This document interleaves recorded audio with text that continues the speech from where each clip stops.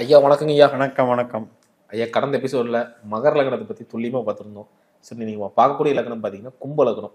அதாவது 40 நாட்கள் பலன்கள் 17-10 வரைக்கும் இருக்குங்க ஐயா. அது வந்து பார்த்தீங்கன்னா தசாபுத்தி ரீதியாகவே நம்ம பலன் சொல்லிட்டு இருக்கோம். ஸோ இன்றைக்கி நம்ம பார்க்க போகிறது பார்த்தீங்கன்னா சூரிய திசை. இந்த சூரிய திசையை வந்து இந்த கும்ப லக்னக்காரங்களுக்கு எப்படி ஐயா இருக்கும்? லக்னத்துக்கு 7ஆம் அதிபதியாக சூரியன் வர்றது ஒன்று.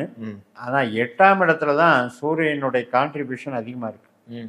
4ஆம் இடத்துல கிருத்திகை, 8ஆம் இடத்துல உத்திரம், 12ஆம் இடத்துல உத்திராடம். ஸோ இது வந்து என்ன சொல்ல வருது அப்படின்னா, தந்தை வழி உறவை கெடுக்குது, கவர்மெண்ட் சம்மந்தப்பட்ட பிரச்சனையை கொடுக்குது.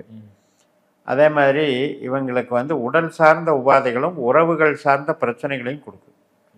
அப்போ இப்படிப்பட்ட சூரிய திசை வந்து ஒரு மிடில் ஏஜ்லேயோ அல்லது வந்து திருமண வாழ்க்கையிலையோ நடந்ததுன்னா, திருமணமான புதுசில் நடந்ததுன்னா பிரச்சனை அதிகமாகும். இப்போ கோச்சாரத்துலேயும் பாருங்கள், புரட்டாசி 1, அதாவது செப்டம்பர் 17லேருந்து சூரியன் 8க்கு வந்துடுறார், சொந்த நட்சத்திரத்தில் வர்றார். அப்போ இந்த 8ல் இருக்கிற சூரியனை இந்த சனி பார்க்குறாரு 2லேருந்து.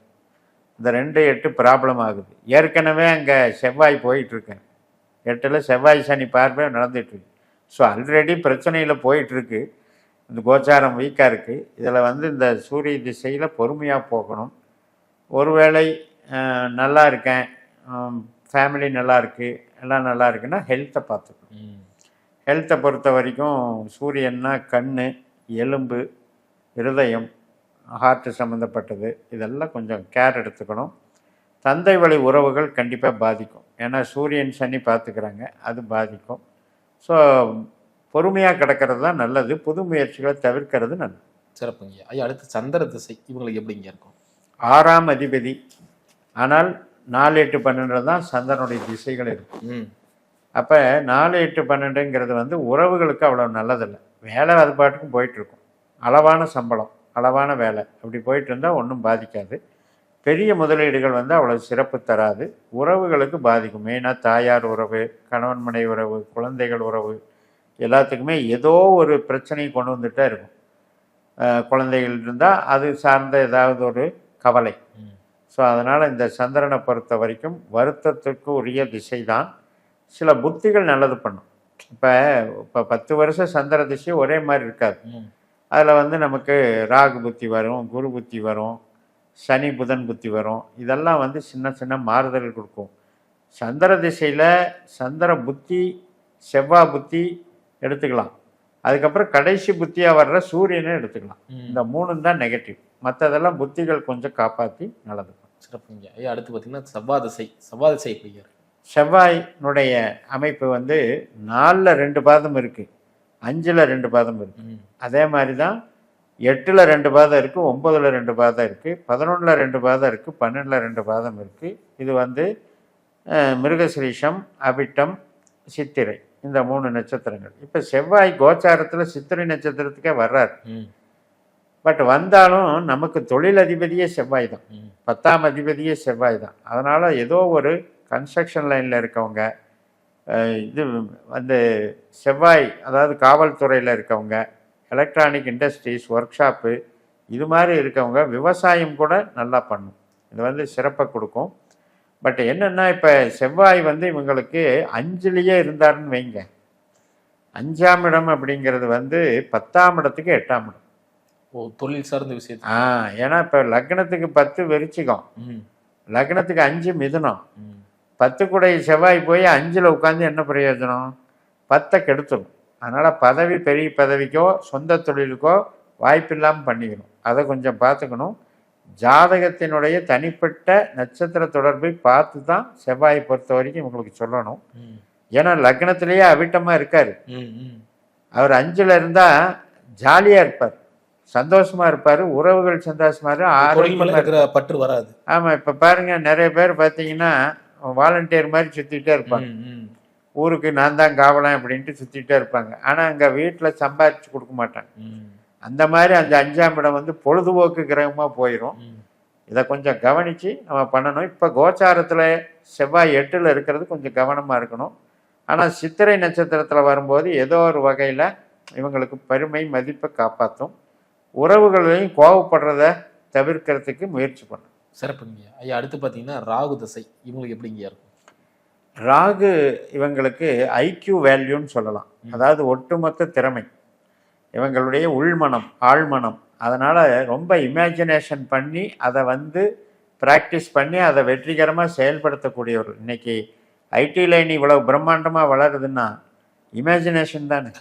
கண்டிப்பாக அவங்க வந்து எவ்வளவு தூரம் ஆய்வு பண்ணி பண்ணி பண்ணி இதில் இருந்தால் இப்படி இருக்கும் அப்படி இருக்குன்னு அப்படியே இப்போ கற்பனையிலேயே டெவலப் பண்ணிடுறாங்க. அந்த விஷயத்துக்கு கும்பலக்னத்துக்கு ராகு மிகப்பெரிய சப்போர்ட்.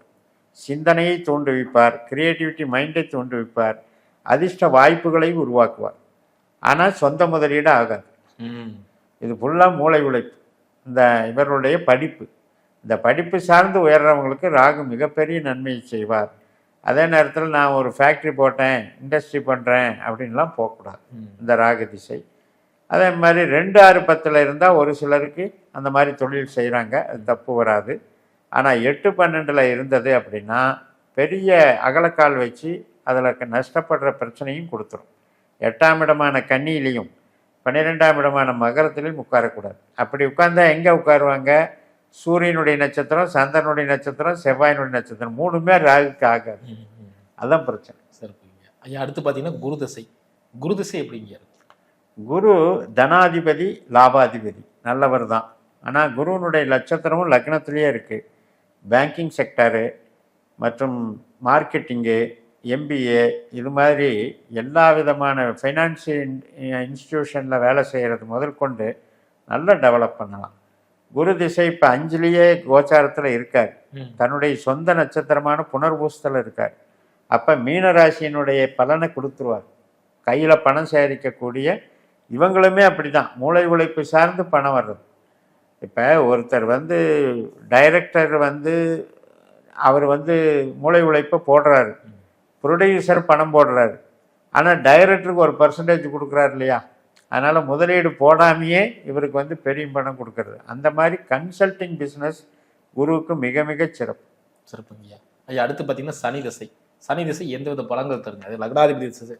லக்னாதிபதி திசை அவருடைய நட்சத்திரமும் பணம் தர்ற இடத்துல இருக்கு, வேலை தர்ற இடத்துலையும் தொழில் தர்ற இடத்துலையும் இருக்கு. உத்திரட்டாதியாக இருக்கிறது. ஆமாம். அப்போ உத்திரட்டாதியிலேயே சனி இப்போ போயிட்டுருக்கேன். அதனால் நல்ல ஒரு சேமிப்பு வரும், வேலை நல்லாயிருக்கும். இப்போ நிறையா அரப் கண்ட்ரிஸில் போய் வேலை பார்க்குறாங்க. எண்ணெய் வளம், கனிம வளங்கள், நிறைய வந்து ஒர்க் ஷாப் இண்டஸ்ட்ரீஸ், இதில் எல்லாம் வேலை பார்க்குறவங்களுக்கெல்லாம் சனி ரொம்ப அற்புதமாக வேலை செய்யும். சனியை பொறுத்த வரைக்கும் நம்ம என்ன பார்க்கணும் அப்படின்னா, திசை நடக்கும் பொழுது நம்ம ஜனன ஜாதகத்தில் சனி 8, 12 அப்படின்ற ஒரு ஸ்தானத்தில் இருந்தார் அப்படின்னாலே சொந்த முதலீடு ஆகாது. அதே நேரத்தில் ரொம்ப லோ லெவலில் தான் ஒர்க்கை கொடுப்பாரு. படிப்படியாக தான் வளர முடியும், ஒரேடியாக வளர ஆசைப்படக்கூடாது. அதில் இருந்துக்கிட்டால் கரெக்டாக இருக்கும். ஏன்னா உறவுக்குமே வந்து 8, 12 ஆகாத ஸ்தானம்.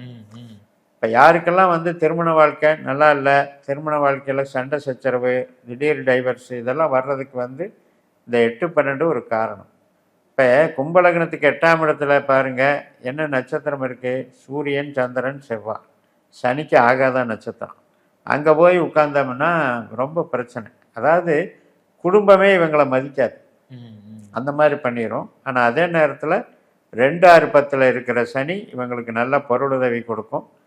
திருமண வாழ்க்கை வந்து அவ்வளவு சிறப்பில்லை. காரணம் என்ன அப்படின்னா, கும்பலக்னக்காரர்களுக்கு 7ஆம் வீடு சிம்ம வீடு வந்துடுது. இந்த மீனம் வந்து மீனம் வந்து 7க்கு 8 வேலை செய்யும். அதனால் திருமண வாழ்க்கைக்கு உயிர் பற்றுக்கு மைனஸ், பொருள் பற்றுக்கு ப்ளஸ். சிறப்புங்க ஐயா. ஐயா அடுத்து பார்த்தீங்கன்னா புதன் திசை.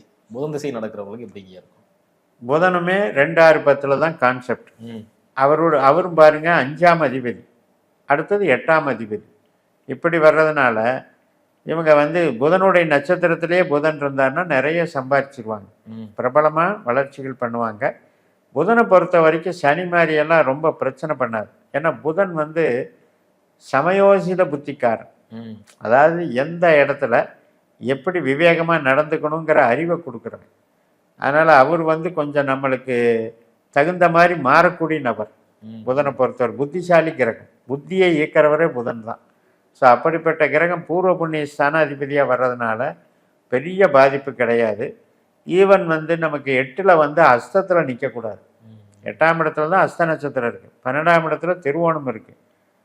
இந்த இடத்துல மட்டும் நிற்கக்கூடாது. 4, 8, 12ல் புதன் நிற்காமல் இருந்ததுன்னா இவங்களுக்கு எந்த இடத்துல இருந்தாலும் நல்லா வந்துடுவாங்க. நூல் வியாபாரம் முதல் கொண்டு, மற்றபடி கார்மெண்ட்ஸு சம்மந்தப்பட்ட வியாபாரம் முதல் கொண்டு, எஜுகேஷன் பப்ளிகேஷன் இது சம்மந்தப்பட்ட இது முதல் கொண்டு நல்லா பண்ணுவாங்க. குரியர் சர்வீஸுக்கெல்லாம் புதன் தான் மிகப்பெரிய லெவலில் பண்ணலாம். ஸோ புதன் திசை வந்து கும்பலக்னத்துக்கு கெடுக்காது. உறவுகள் சார்ந்த விஷயத்தில் மைன்யூட்டாக சமயோஜிதமாக இவங்களே சரி பண்ணிட்டு போயிடுவாங்க. ஆனால் சந்திர நட்சத்திரத்தில் உட்கார்ந்தா மட்டும் தாயோட உறவும் கெட்டு போகும், கணவன் மனைவி உறவும் கெட்டு போகும். ஐயா அடுத்து பார்த்தீங்கன்னா கேது திசைங்கய்யா.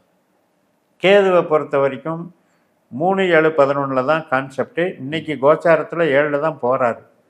அதனால் கேது வந்து 7ஆம் இடத்துல கெடுப்பாருன்னு சொல்ல முடியாது. இவங்க ஜனன ஜாதக கேது வந்து கெடாமல் இருக்கணும். ஒரு குழப்பத்தை கொடுப்பாருங்களா? ஆமாம், 2லேயோ 6லேயோ 10லேயோ கேது இருந்தால் நாம் என்ன நினைப்போம், பணஸ்தானம்னு நினைப்போம். ஆனால் வந்து உண்மையிலேயே கேதுவுக்கு இப்போ கும்பலக்னத்துக்கு என்ன அதிகாரம்னா கணவன் மனைவி உறவை பலப்படுத்துகிற அதிகாரம் தான். அதில் கெட்டு போயிடுறாரு. இந்த கேது 2, 6, 10 வரும்போது என்ன, இதுதான் அந்த காலத்தில் ராகு கேது தோஷம்னு சொன்னது. 2ல் கேது, 6ல் கேது, 10ல் கேது, இதெல்லாம் வந்து என்ன ஆகும்னா டைவர்ஸுக்கு இழுத்துட்டு போயிடும். இப்போ 7ல் இருக்கிற கேது வந்து அப்படியே கலகம் பண்ணிகிட்டே இருக்கும். ஆனால் அப்படியே சமாதானம் பண்ணி கொண்டு போயிட்டுருக்கும். ஏன்னா கேதுனுடைய நட்சத்திரமே அங்கே தான் இருக்குது, அதை நோக்கி தான் நகர்ந்துக்கிட்டு இருக்காரு. அதனால் ஒன்றும் பாதிப்பு இல்லை. 7 வருஷமும் நல்லா பண்ணிடலாம். இவங்களுக்கு கேது வந்து சொந்த சுயசாரம் வாங்கியிருந்தாருன்னா ஒரு அந்நியத்தில் திருமணம் நடக்கிறது, அந்நிய ஜாதி அந்நிய மதம் இது மாதிரி திருமணம் நடக்கிறதெல்லாம் நடக்கும். சிறப்புங்க. இறுதியாக சுக்கிர திசை நடக்கிறவங்களுக்கு எப்படிங்க இருக்கும்? சுக்கிரன் வந்து அறிவினால் சம்பாதிக்கிறது, கம்யூனிகேஷன் திறமையினால் சம்பாதிக்கிறது. அது மட்டும் இல்லை, இப்போ நீங்கள் பார்த்தீங்கன்னா பார்ட்னர்ஷிப்பில் போட்டு டெவலப் ஆகுறது, ஒரு கான்ட்ராக்டாக இருந்து டெவலப் ஆகுறது, பெரிய பெரிய ப்ராஜெக்ட் ரெசார்ட் மாதிரி ப்ராஜெக்ட் எல்லாம் எடுத்து இவங்களே நடத்தி கொடுத்துருவாங்க. அந்த மாதிரியெல்லாம் டெவலப் பண்ணுறதெல்லாம் ரொம்ப அருமையாக பண்ணுவாங்க. 20 வருஷ சுக்கிர திசை சுகபோக வாழ்க்கையை தரும். கும்பலக்னத்துக்கு பாக்யாதிபதி, 4ஆம் அதிபதி. அதனால் வீடு கட்டுறது பிரம்மாண்டமாக இருக்கும். கண்டிப்பாக வீடு, மாடி வீடுகள் இது மாதிரி கட்டக்கூடிய அமைப்புகள், அதே மாதிரி ஆபரண சேர்க்கைகள், நல்ல நல்ல துணிமணிகள் ரொம்ப பிரமாதமாக கொண்டு போயிடும் சுக்கிர திசை. ஒரே ஒரு விஷயம் என்னென்னா, சுக்கிரன் நட்சத்திரத்தில் இருக்கிறது தப்பு இல்லை, ஆனால் கேது நட்சத்திரத்தில் இருக்கக்கூடாது. ஆனால் ரெண்டுமே ஒரே ராசியில் தான் இருக்குது. ஆனால் பேக் அடிக்கிறதுன்னு அர்த்தம். சுக்கிரனுடைய நட்சத்திரம் வந்து பின்னால் இருக்கிற நட்சத்திரத்தில் கேதுல வரும்போது கேதுவே ஏற்கனவே கெடுக்கிறவர், எதையுமே துண்டிக்கிறவர். அப்போ வந்து திருமண உறவுலையும் பிரச்சனை வந்துடும், பண சம்பாத்தியத்திலையும் பிரச்சனை வந்துடும். ஆனால் சுக்கிர நட்சத்திரத்தில் இருந்தால் பிரச்சனையே இல்லை, நல்லாயிருக்கும். 8, 12ல் இருக்கக்கூடாது. 8, 12ல் இருந்தால் என்ன ஆகும்னா வேலைக்கு நல்லது, உறவுகளை கெடுத்துரும். சிறப்புங்க ஐயா. அற்புதமாக சொன்னீங்க. மீண்டும் அடுத்த காணொலியில் அடுத்தடுத்த லக்னத்தை பற்றி பார்க்கலாம். நன்றி. நன்றி.